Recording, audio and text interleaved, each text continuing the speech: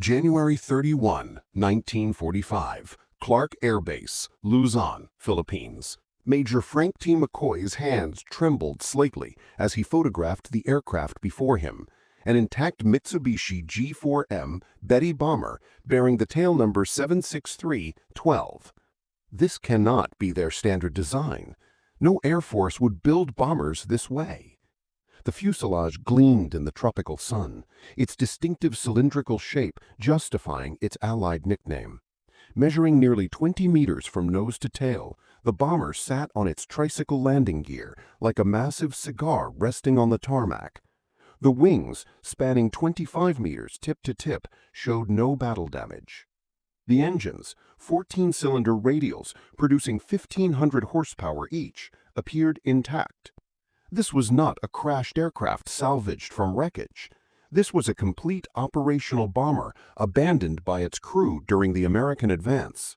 But what had captured McCoy's complete attention, what would revolutionize American understanding of Japanese aviation doctrine, was what he discovered when he climbed inside the wings through the inspection panels. The fuel tanks were completely unprotected. No self-sealing rubber compound, no armor plating, no fire suppression systems, no protective coatings of any kind, just thin aluminum skin, perhaps 2 millimeters thick, separating thousands of liters of high-octane aviation fuel from enemy machine gun fire. Major McCoy, commander of the Technical Air Intelligence Unit Southwest Pacific, had examined dozens of crashed Japanese aircraft across the Pacific. But nothing had prepared him for this moment. This bomber, abandoned intact during the American liberation of Clark Field, would expose a design philosophy so alien to Western military thinking that it would take months for analysts to fully comprehend its implications. The mathematics of this discovery would reshape American tactical doctrine and aircraft design for the remainder of the war. Every assumption American pilots held about enemy capabilities, about the price Japanese engineers were willing to pay for performance, about the value imperial forces placed on crew survival, was about to be systematically demolished by the evidence contained within this single, pristine example of Japan's most important bomber. The journey to this revelation had begun 4 years earlier, on December 8, 1941. That morning, as smoke still rose from Pearl Harbor, 82 G4M bombers and 26 G3M bombers lifted off from bases on Formosa. Their target was Clark Field itself, the primary American air base in the Philippines. The attack achieved complete tactical surprise. Arriving at 12:35 in the afternoon, the Japanese formation flew at 20,000 feet beyond the reach of American anti-aircraft guns. 27 bombers from the initial wave dropped 636 bombs across Clark Field's runways and facilities.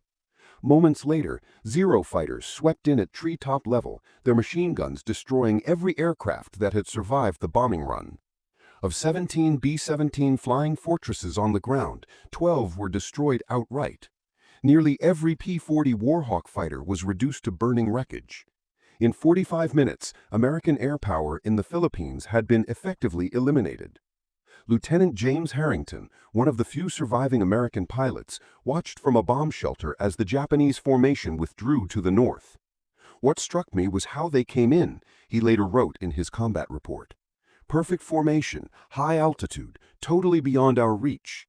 Then the fighters dropped down and tore us apart. We couldn't get a single plane airborne. But the Betty bombers themselves had departed untouched. The few American fighters that managed to get airborne arrived too late, finding only empty sky. The Japanese had demonstrated their bombers' exceptional range, striking from bases 460 miles away, a feat no Allied bomber could match at that stage of the war. The Betty's first year of combat would prove devastatingly effective. On December 10, 1941, just 2 days after the Clark Field raid, 26 G4M bombers joined with older G3M Nell bombers in attacking Force Z, a British naval task force built around the battleship HMS Prince of Wales and the battlecruiser HMS Repulse. The attack began at approximately 12:20 in the afternoon. Japanese bombers approached in coordinated waves, their torpedo runs executed with precision that stunned British observers. The Betty bombers carried Type 91 aerial torpedoes, each weighing 840 kilograms with a 205-kilogram warhead. The torpedoes were designed specifically for shallow water operations, running at depths that could strike ships even in coastal waters. The torpedo attacks focused on the two capital ships with devastating accuracy. Prince of Wales, a battleship displacing 43,000 tons and representing the newest generation of British naval power, took at least 6 torpedo hits along with damage from level bombers. The underwater explosions ripped massive holes in the ship's hull, flooding overwhelmed damage control efforts. The battleship began listing severely. Repulse, a battlecruiser built during World War I but modernized in the 1930s, absorbed at least 4 torpedo hits while attempting to evade the attacking aircraft. The anti-aircraft fire claimed several Japanese aircraft but could not prevent the coordinated torpedo runs from finding their targets. The cumulative damage proved fatal. Both capital ships capsized and sunk within hours of the attack. Prince of Wales went down at approximately 13:20 hours. Repulse followed at approximately 13:33 hours. 841 British sailors died. The survivors were rescued by escorting at destroyers. The engagement lasted less than 2 hours from first contact to final sinking. For the first time in naval history, capital ships actively defending themselves had been sunk solely by air power while in the open sea. The G4M Betty bomber had achieved what naval theorists had debated for decades. British naval superiority in Asian waters had been shattered in 90 minutes. Across the Pacific theater through early 1942, American and Allied pilots encountered Betty bombers in every major engagement. The aircraft seemed to operate with impunity, striking targets at ranges that defied conventional understanding. They hit Darwin, Australia, from bases 1,500 miles away, demonstrating reach that exceeded any Allied bomber's capability. They attacked Port Moresby from airfields across New Guinea's mountain ranges, maintaining pressure on Allied positions throughout the Southwest Pacific. They struck Guadalcanal from Rabaul, a distance exceeding 600 miles, projecting Japanese air power across vast ocean expanses. The Betty's operational range gave Japanese forces strategic flexibility that Allied commanders struggled to counter. American fighters based at forward positions lacked the range to intercept Betty bombers departing from distant bases. Allied airfields came under attack from Japanese bases that were themselves beyond Allied striking range. The asymmetry in bomber capability meant that Japanese forces could attack at will, while Allied forces struggled to retaliate effectively. This advantage persisted through the first 6 months of the war. Betty bombers participated in virtually every Japanese offensive operation across the Pacific and Southeast Asia. They struck targets in the Philippines, Malaya, Netherlands, East Indies, New Guinea, and the Solomon Islands. They supported naval operations throughout the theater. They performed reconnaissance missions that exceeded the range of any Allied aircraft. The Betty became the symbol of Japanese air power's reach and effectiveness. But the advantage depended entirely on limited Allied fighter opposition. When Betty formations could strike without interception, when they could approach targets at high altitude beyond anti-aircraft range, when they could deliver weapons and depart before fighters arrived, the aircraft was devastatingly effective. These conditions characterized operations during the first half of 1942, when Allied air strength remained limited and dispersed. But by mid-1942, the tactical picture began to change. As American fighter strength increased, as Wildcats gave way to more capable Hellcats and Corsairs, as pilot training improved and tactical doctrine evolved, Betty crews began reporting disturbing losses. The shift became undeniable on August 8, 1942. 23 G4M bombers from the 4th Air Group departed Rabaul to attack American positions at Guadalcanal. American fighters intercepted the formation over Tasafar Island. In the engagement that followed, 18 of the 23 Betty bombers were shot down. Approximately 120 aviators died in what would become the single worst G4M loss during the entire campaign. Fighter pilots reported the same observation across every engagement. The Betty exploded into flames with minimal hits. 2 or 3 rounds anywhere along the fuselage or wings produced catastrophic results. the aircraft earned grim nicknames that spread rapidly through American squadrons. The fuel tanks had no protection whatsoever. Aeronautical engineers with the Allied Technical Air Intelligence Unit Southwest Pacific conducted the first detailed analysis. The wing axis panels revealed fuel cells with no protective measures, thin aluminum construction, no rubber sealant layer, no protective coating, no fire suppression systems. Multiple Betty bombers examined at Buna showed identical characteristics. This was not battle damage or field modification. This was standard Japanese design. The implications were staggering. American bombers by 1942 universally featured self-sealing fuel tanks. The B-17 Flying Fortress had incorporated them from the B-17C model onward. The B-24 Liberator had featured them from the XB-24B prototype. Even fighter aircraft, like the P-38 and P-47, featured protected fuel systems. Self-sealing fuel tanks used layered rubber compound that swelled on contact with fuel when punctured by bullets or shell fragments, sealing holes and preventing fuel loss and fire. The technology added substantial weight to aircraft, but dramatically improved crew survival rates. American military doctrine considered this weight penalty essential and non-negotiable. Yet here was Japan's primary land-based bomber, produced in thousands, operating across the entire Pacific theater with fuel tanks that offered zero protection. The weight saved by eliminating self-sealing systems, armor plating, and fire suppression equipment was immediately apparent. But the cost in crew lives became equally obvious in loss statistics that mounted with every engagement. The captured Betty at Clark Field in January 1945 would provide the most complete technical analysis. Major McCoy and his team spent 3 weeks dismantling and documenting every system. Their report, classified secret and distributed to all Allied air forces, detailed specifications that explained both the Betty's extraordinary capabilities and its catastrophic vulnerabilities.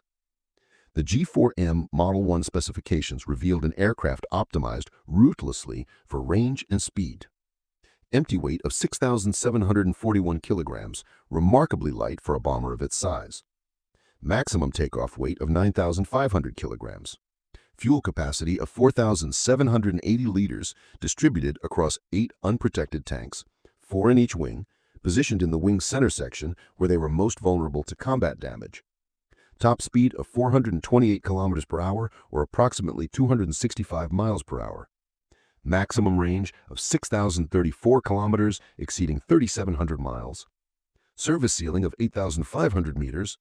Crew complement of 7 members including pilot, co-pilot, navigator, bombardier, radio operator, and 2 gunners. The fuel system design was particularly revealing. The 8 tanks were arranged in 4 groups of 2, positioned along the wing's longitudinal axis where the wing joined the fuselage.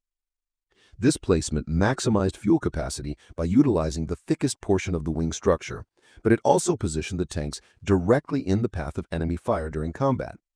Any attack from the side or below would inevitably strike fuel tanks. The aluminum construction provided no protection. The absence of self-sealing compounds meant that even small punctures would leak fuel continuously. American engineers calculated that the weight saved by eliminating protection systems exceeded 500 kilograms per aircraft. This weight savings translated directly into additional fuel capacity and extended range. But the cost in vulnerability was equally calculable. Combat reports showed that Betty bombers hit anywhere in the wing area exploded with near certainty.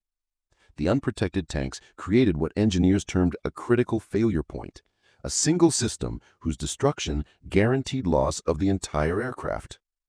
These numbers told the story of design choices made in September 1937, when the Japanese Navy issued requirements that would define the G4M's entire existence. Top speed of 398 kilometers per hour, cruising altitude of 3,000 meters, range of 4,722 kilometers unloaded, or 3,700 kilometers carrying 800 kilograms of bombs or torpedoes. The requirements reflected Japanese naval strategy in the late 1930s. Japan's empire stretched across vast Pacific distances. Naval bases were separated by thousands of kilometers of ocean. The Navy needed bombers capable of striking enemy positions far beyond the range of carrier aircraft. Bombers that could operate from land bases to support naval operations across the entire theater. Existing Japanese bombers fell far short of these requirements. The G3M bomber, then in service, had a maximum range of approximately 3,000 kilometers. American bombers like the B-7 had even more limited range in their early variants. No bomber in service anywhere in the world in 1937 could strike targets at the distances Japanese planners envisioned. The Navy's requirements were not arbitrary. They were calculated based on the distances Japanese forces would need to cover in any future Pacific conflict. From Formosa to the Philippines, 460 miles. From Rabaul to Guadalcanal, 600 meters. From Japanese home islands to potential targets across the Pacific, thousands of miles. The bomber that could meet these requirements would give Japan strategic reach that no other nation possessed. But the requirements also reflected assumptions about future warfare that would prove catastrophically wrong. Japanese planners assumed that surprise and initiative would provide protection for long-range bombers. They assumed that enemy fighter opposition would be limited by range and numbers. They assumed that the war would be decided quickly before enemy industrial capacity could generate overwhelming force. Every assumption would prove false. The man tasked with achieving the impossible was Kishiro Honjo, who led the Mitsubishi design team after taking over from Georgi Hattori. Honjo had studied bomber design at Junkers in Germany during the early 1930s, absorbing European aeronautical engineering principles and manufacturing techniques before returning to Japan. He understood immediately that meeting the Navy's requirements would demand compromises that Western air forces would never accept. Honjo assembled a team of engineers at Mitsubishi's Nagoya facilities to tackle the design challenges. The team analyzed every aspect of bomber design, calculating weight budgets for every component and system. They studied existing bombers from multiple nations, identifying where weight could be reduced without compromising structural integrity. They experimented with new construction techniques and materials that might offer weight savings. The mathematics were brutally simple. To achieve the required range, the aircraft needed massive fuel capacity. Each liter of aviation fuel weighed approximately 0.8 kilograms. 4,780 liters of fuel meant approximately 3,800 kilograms of fuel weight at full load. To achieve the required speed with this fuel load, the aircraft needed minimal weight. Every kilogram added to the empty weight reduced either range or payload capacity. These two requirements existed in direct opposition. Fuel was heavy. Protection systems were heavy. Armor plating weighing hundreds of kilograms would be required to protect crew positions and vital systems. Self-sealing fuel tanks added substantial weight through the rubber compound and additional structure. Fire suppression systems added weight. Redundant safety measures added weight. The cumulative weight of adequate protection would prevent achieving the required performance. Honjo made the decision that would define the G4M throughout its service life. Protection would be sacrificed for performance. The fuel tanks would be unprotected aluminum construction. No self-sealing compounds, no armor plating around fuel cells, no fire suppression systems beyond basic fire extinguishers, no redundant safety measures. Every kilogram saved would be invested in fuel capacity, range, and achieving the Navy's performance specifications. The decision was not made lightly. Honjo understood the risks. His team calculated the vulnerabilities that unprotected fuel tanks would create. They knew that combat damage to the wings would likely prove catastrophic, but they also knew that the Navy's requirements could not be met any other way with available technology. The choice was between an aircraft that met performance specifications with known vulnerabilities, or an aircraft that failed to meet requirements but offered better protection. The Navy had demanded performance. Honjo delivered performance. The first G4M prototype flew on October 23, 1939. The aircraft met every performance requirement the Navy had specified. Speed exceeded expectations, range surpassed projections, payload capacity satisfied operational needs. The bomber entered production as the Navy Type 1 attack bomber, with Mitsubishi building the aircraft at plants in Nagoya. Initial production models designated G4M Model 1 began reaching operational units in April 1941. By December 1941, approximately 180 G4Ms were in service with the Japanese Navy. These aircraft would form the backbone of Japanese land-based air power throughout the Pacific War. The Betty's combat debut at Clark Field and against Force C demonstrated the wisdom of Honjo's design priorities in the specific conditions of early 1942. when facing limited opposition. The single mission on August 8th alone destroyed 18 of 23 aircraft, with approximately 120 aviators killed. The pattern repeated with brutal consistency throughout the campaign. Betty formations would depart from Rabaul, fly 600 meters to Guadalcanal, engage American fighters, and suffer catastrophic losses. August 9th saw additional bombers lost. August 10th brought more losses. By the end of August, the 4th Air Group had been effectively destroyed as an operational unit. September brought no respite. Betty formations continued striking American positions at Guadalcanal, and American fighters continued destroying them in overwhelming numbers. The mathematics were inexorable. Japanese forces needed to strike American positions to contest control of the island. Betty bombers provided the only means of delivering meaningful strike capability from Rabaul. But every mission resulted in losses that could not be replaced. October saw the pattern continue. American fighter strength increased as more squadrons arrived at Henderson Field. Pilot quality improved as combat experience accumulated.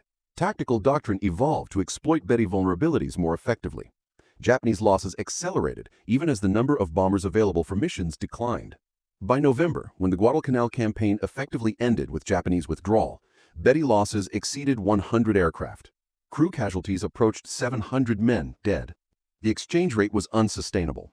Japan's most capable land-based bomber had been rendered obsolete by its own vulnerabilities, transformed from a feared weapon into what American pilots called easy meat. Japanese planners had expected losses. All military operations involve casualties, but the scale of Betty losses exceeded every projection. The unprotected fuel tanks that permitted 6,000-kilometer range also guaranteed that any hit to wings or fuselage would likely prove fatal. There was no middle ground, no wounded bombers limping home, no damaged but survivable aircraft. Betty bombers either returned untouched or exploded in flames.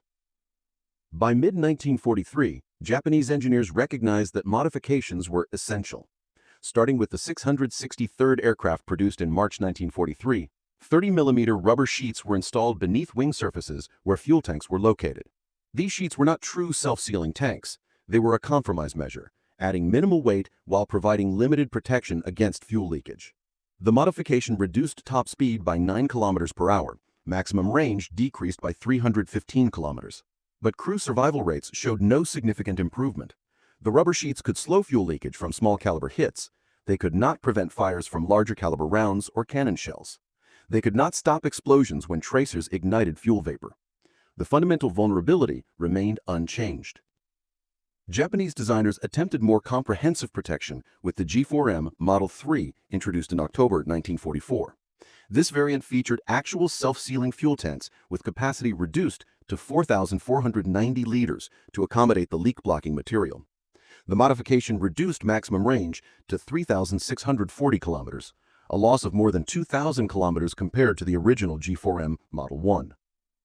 Approximately 60 G4M Model 3 aircraft were produced by war's end. The modification came too late and in too limited numbers to affect the Betty's combat record.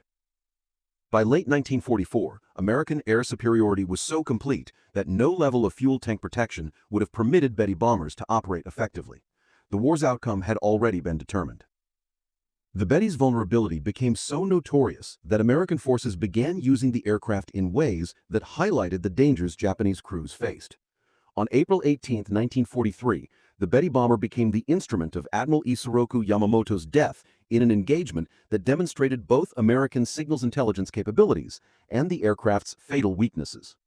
American codebreakers intercepted Japanese communications, indicating that Yamamoto would fly from Rabaul to Bougainville on April 18th. The Admiral would travel aboard a G4M bomber with a fighter escort.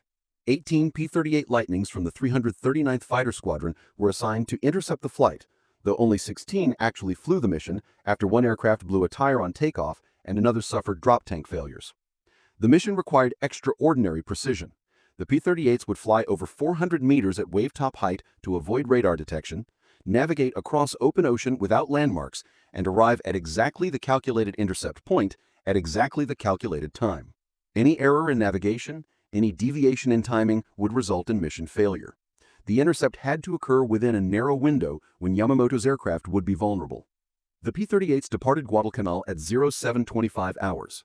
They flew at 50 feet above the ocean for over 400 meters, maintaining strict radio silence. Navigation was by dead reckoning and timing. The formation arrived at the calculated intercept point with precision that would become legendary in aviation history. At 9:34 hours, exactly on schedule and exactly 1 minute ahead of the calculated intercept time, the P-38 spotted Yamamoto's formation. 2 Betty bombers flying at low altitude with 6 Zero fighters as escort. Captain Thomas Lanphier and First Lieutenant Rex Barber broke from the formation to engage the bombers, while other P-38s held off the Zero fighters. Barber engaged the lead Betty bomber, which carried Admiral Yamamoto. The bomber took hits to the wing area where the unprotected fuel tanks were located.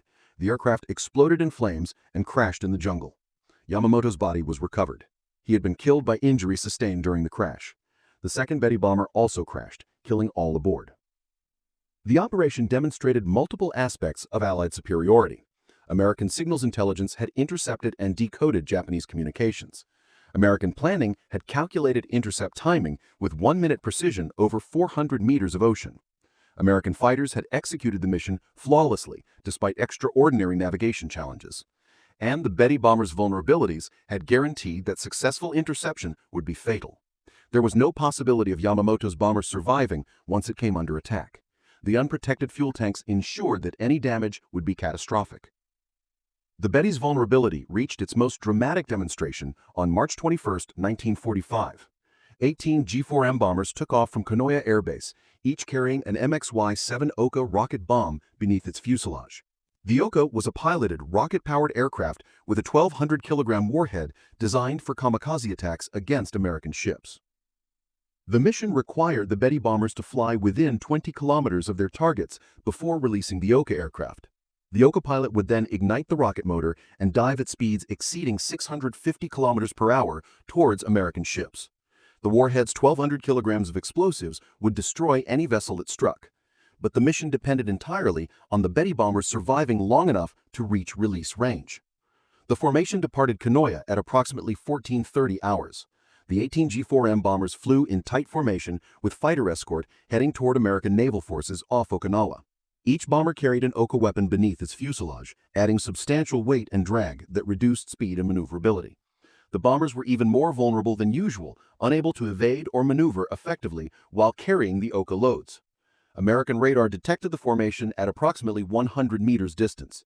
F-6F Hellcat fighters from USS Hornet were scrambled to intercept. The Hellcats reached the Japanese formation well before it approached release range for the Ohka aircraft. In the engagement that followed, American fighters systematically destroyed the entire formation. The Betty bombers, already vulnerable under normal circumstances, proved completely helpless while carrying Ohka weapons. The additional weight prevented evasive maneuvers. The external weapon created drag that reduced speed. The unprotected fuel tanks guaranteed that any hit would be catastrophic. One by one, the bombers exploded and fell into the ocean. Not a single Betty bomber survived to reach release range. Not a single Ohka weapon was launched against American ships. 137 bomber crew members and 15 Ohka pilots died in the attack. The mission represented the ultimate expression of the Betty's fundamental flaw.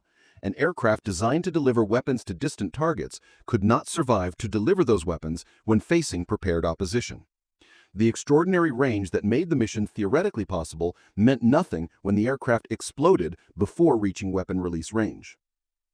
The final mission flown by Betty bombers came on August 19, 1945, 4 days after Emperor Hirohito announced Japan's surrender.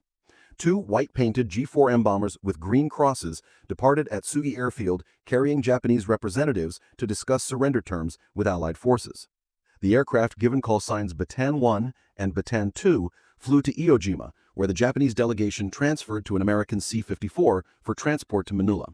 The symbolism was profound and deliberate. The white paint and green crosses indicated peaceful intent, transforming the bombers from weapons of war into vehicles of diplomacy. The call signs Bataan 1 and Bataan 2 referenced the location where American forces had surrendered to Japan in April 1942, one of the most devastating defeats in American military history. Now, 3 years later, aircraft bearing those call signs carried Japan's surrender delegation. Lieutenant Densudo piloted one of the surrender aircraft, a G6M Model 1 transport variant converted from the bomber airframe. The transport variants retained the Betty's distinctive cylindrical fuselage and wing configuration, but carried passengers and cargo rather than weapons. The crew wore dress uniforms rather than flight suits. The aircraft carried no weapons. The flight from Atsugi to Iwo covered approximately 1,000 kilometers, well within the Betty's range, even in transport configuration. American fighters escorted the White Betty bombers throughout their flight, ensuring they remained on the prescribed course. The escort was both protective and supervisory, guaranteeing safe passage while preventing any deviation from planned routes. The White Betty bombers with green crosses became the final image of the aircraft that had opened the Pacific War at Clark Field in December 1941. The circle was complete. The bomber that had destroyed American air power in the Philippines in the war's first hours now carried Japan's surrender delegation in the war's final days. The aircraft that had symbolized Japanese air power's reach and effectiveness now symbolized Japan's defeat and submission to Allied terms. Betty's production statistics reflect both the aircraft's importance to Japanese operations and the terrible cost of its design philosophy. Total production reached approximately 2,414 aircraft across all variants, though some sources cite figures as high as 2,435 when including all prototypes and subtypes. The variation in total numbers reflects different methods of counting prototypes, subtypes, and transport variants. The G4M Model 1 comprised approximately 1,172 aircraft produced from 1941 through early 1943. This variant featured the original unprotected fuel tank design with capacity of 4,780 liters. Top speed reached 428 kilometers per hour. Maximum range of 6,034 kilometers made it the longest-ranged bomber in service anywhere in the world. But the complete absence of protection systems made it catastrophically vulnerable once American fighter strength increased. The G4M Model 2, with increased fuel capacity and slightly higher speed, accounted for approximately 1,142 examples produced from 1943 through 1945. This variant increased fuel capacity to 6,490 liters, extending maximum range even further. Top speed increased slightly to 437 kilometers per hour, but the Model 2 retained the fundamental vulnerability of unprotected fuel tanks. The modifications improved performance without addressing survivability. The G4M Model 3, designated Model 34, represented the only variant with actual self-sealing fuel tanks. Production began in October 1944, but only 60 to 91 aircraft were completed by war's end, depending on source. The self-sealing tanks reduced fuel capacity to 4,490 liters to accommodate the leak-blocking material. Maximum range decreased to 3,640 kilometers, a loss of more than 2,000 kilometers compared to the Model 1. The modification came too late and in too limited numbers to affect combat outcomes. The G6M transport variant, converted from bomber airframes, added another 30 aircraft. These transport versions carried passengers and cargo rather than weapons, serving in liaison and communications roles. The G6M Model 1, used for one of the surrender aircraft in August 1945, represented this variant. Production continued through August 1945, with final aircraft completed just days before Japan's surrender. Mitsubishi factories produced Betty bombers at peak rates of approximately 100 aircraft per month during 1943. Production decreased in 1944 and 1945 as Allied bombing disrupted Japanese industry and as resources were diverted to fighter production for homeland defense. These production numbers made the Betty one of Japan's most numerous bombers, exceeded only by some fighter types in total production. Over 4 years of war, Mitsubishi delivered approximately 2,400 aircraft to Japanese naval units across the Pacific theater. The bombers served in every major campaign, participated in every significant naval engagement, and struck targets across distances spanning thousands of kilometers. But production statistics tell only part of the story. Loss rates tell the rest. Few Betty bombers survived to war's end. The overwhelming majority were destroyed in combat, consumed by the fires that the unprotected fuel tanks made inevitable. By August 1945, when Japan surrendered, only a handful of operational Betty bombers remained in service. The aircraft that had numbered in hundreds in 1942 had been reduced to dozens by attrition that no amount of production could replace. The casualty statistics among Betty crews were similarly devastating, though exact numbers remain difficult to verify from available records.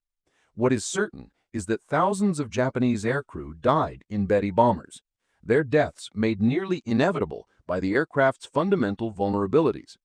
The unprotected fuel tanks created conditions where survival depended entirely on avoiding combat damage. Once hit, Betty bombers rarely survived. Once on fire, they never survived. The crews understood these odds and flew anyway because military discipline and cultural values demanded that they accept the risks regardless of consequences. Surviving Betty crews were unanimous in their assessment. The aircraft's unprotected fuel tanks made survival a matter of pure chance. No amount of skill, no tactical innovation, no courage could compensate for the fundamental vulnerability built into every G4M. Former Flight Petty Officer Masao Iwato, who completed 28 combat missions before transfer to training duties, offered the most direct summary. The Betty was a magnificent aircraft that asked us to die for its range. We flew it because we were ordered to fly it. We died in it because that was what it was designed to make us do. The comparison with Allied bomber protection systems highlights the stark difference in design philosophy. The B-17 Flying Fortress featured armor plating protecting pilot and co-pilot seats, with steel plates ranging from 0.3 to 0.31 inch thick. Armored bulkheads protected crew positions throughout the fuselage. The Bombardier position featured armored glass. Waist gunner positions included protective shields. Self-sealing fuel tanks were standard from the B-17C model onward. Introduced in 1941, the B-25 Mitchell incorporated similar comprehensive protection.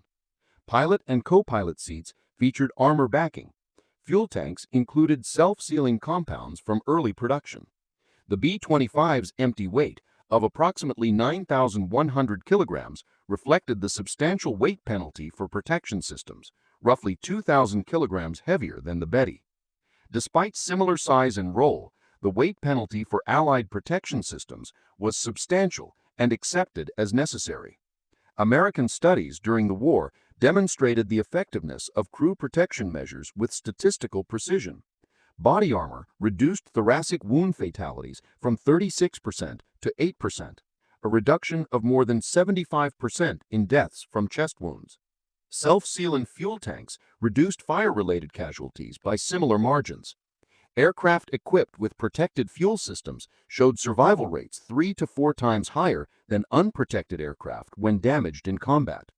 Protected crew positions increased survival rates in damaged aircraft by providing shielding from shell fragments and small arms fire. Armored glass prevented pilot casualties from head-on attacks. Bulkheads compartmentalized the fuselage, preventing fire or damage in one section from spreading throughout the aircraft. The comprehensive approach to crew protection reflected American doctrine that trained crews were assets more valuable than aircraft, which could be replaced more easily than experienced combat veterans. The weight cost for this protection exceeded 1,000 pounds in most American bombers, but American industrial capacity permitted this weight penalty without sacrificing production numbers. American factories produced over 12,000 B-17 bombers and nearly 10,000 B-24 Liberators during the war. The production capacity meant that American forces could field large numbers of protected bombers without compromising capability.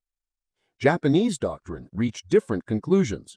The Betty's design reflected a calculation that range and striking power outweighed crew survival. This philosophy assumed that achieving surprise and maintaining initiative would provide sufficient protection. It assumed that enemy opposition would remain limited. It assumed that the war would be short and decisive. All these assumptions proved catastrophically wrong. By mid-1942, American fighter strength increased to levels that made Betty interception routine. By late 1942, American pilots had learned to exploit every